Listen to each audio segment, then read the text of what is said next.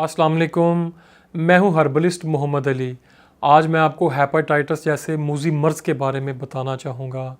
Hepatitis एक ख़तरनाक और जानलेवा बीमारी है। अगर हम इसे खामोश कातिल कहें तो ये बिल्कुल दुरुस्त होगा। ये आहिस्ता आहिस्ता मरीज़ के जिगर को तबाह कर देता है और मरीज़ को मौत के मुंह में धकेल देता है। नाजरीन, आज मैं आपको बताऊंगा कि हेपेटाइटिस की कितनी इकसाम हैं, ये कितनी इकसाम का होता है, इसके होने के असबाब क्या हैं और अलामात क्या हैं और किन एहतियाती तदाबीर को अख्तियार करके हम इस जानलेवा बीमारी से छुटकारा हासिल कर सकते हैं और इसका इलाज क्या है। नाजरीन, जिगर के खुलियात यानी सेल्स में सोजिश के अमल को हेपेटाइटिस कहते हैं। हेपेटाइटिस एक ट्रांसफरेबल बीमारी है, यानी इसका जरासीम मरीज़ से एक तंदुरुस्त इंसान को मुंतकिल हो जाता है। पाकिस्तान में हर 10वां शख्स हेपेटाइटिस के वायरस का शिकार है। अब मैं आपको हेपेटाइटिस की इकसाम के बारे में बताना चाहूँगा। ये वायरस 5 इकसाम का होता है: hepatitis A, hepatitis B, hepatitis C और हेपेटाइटिस डी और हेपेटाइटिस ई। इनमें जो सबसे ज़्यादा ख़तरनाक है और जो मरीज़ों को ज़्यादा लाहक होता है वो हेपेटाइटिस ए, बी और सी है। मोहतरम नाजरीन, पाकिस्तान में तकरीबन 8 से 10% आबादी हेपेटाइटिस जैसी बीमारी का शिकार है। हेपेटाइटिस क्यों होता है? गौर से सुनिए। इंतकाले खून यानी मुतासरा शख्स का खून लगने से जो पहले से ही हेपेटाइटिस जैसे मूजी मर्ज़ में मुब्तला हो, इस्तेमाल शुदा सिरिंज से, दांत के इलाज में इस्तेमाल होने वाले आलात से, हजाम के ब्लेड से, मुख्तलिफ लोगों का तौलिया इस्तेमाल करने से, मरीज़ के थूक से, मरीज़ से सेहतमंद इंसान में ये वायरस मुंतकिल हो सकता है।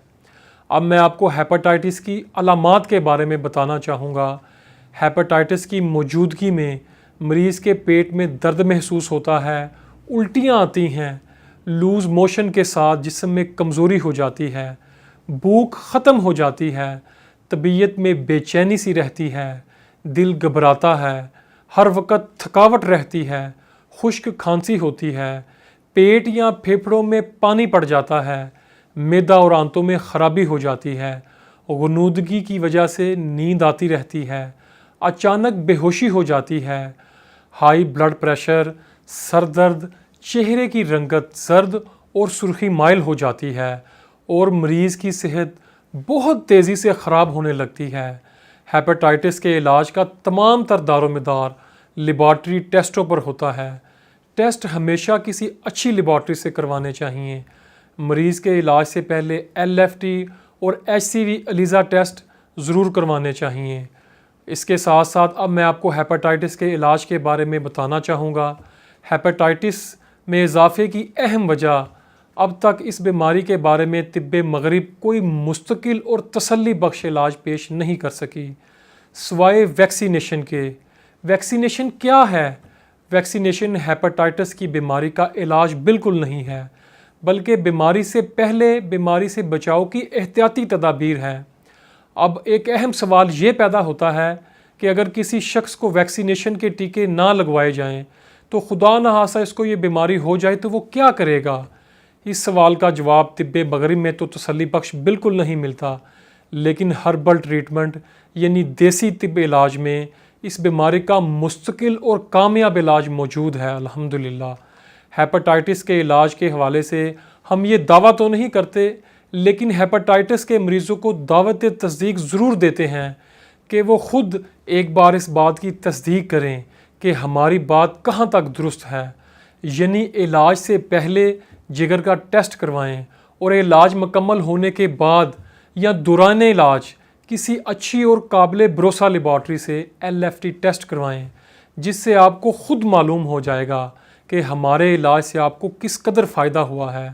मोहतरम नाजरीन, मुख्तलिफ़ जड़ी बूटियों के जोहर और अरकियात से तैयार करदा हमारा हर्बल ट्रीटमेंट बहुत ही कामयाब है और आप ये सुनकर हैरान होंगे कि जो मरीज़ अपनी बीमारी पर लाखों रुपए खर्च कर चुके थे और उन्हें किसी दूसरे इलाज से फ़ायदा नहीं हुआ था, अल्लाह तबारक व तआला की ज़ात की मेहरबानी से वो हमारे हर्बल इलाज से बिल्कुल सेहतयाब और सेहतमंद ज़िंदगी गुजार रहे हैं।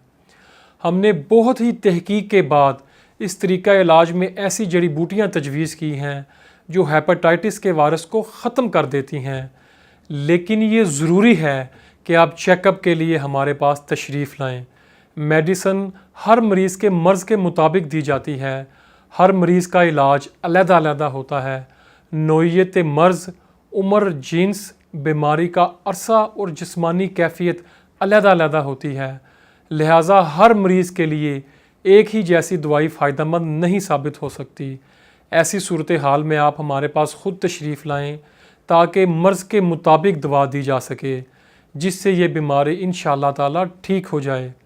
मेरी दुआ है कि अल्लाह तबारक व तआला तमाम मरीज़ों को सेहत नसीब फरमाए।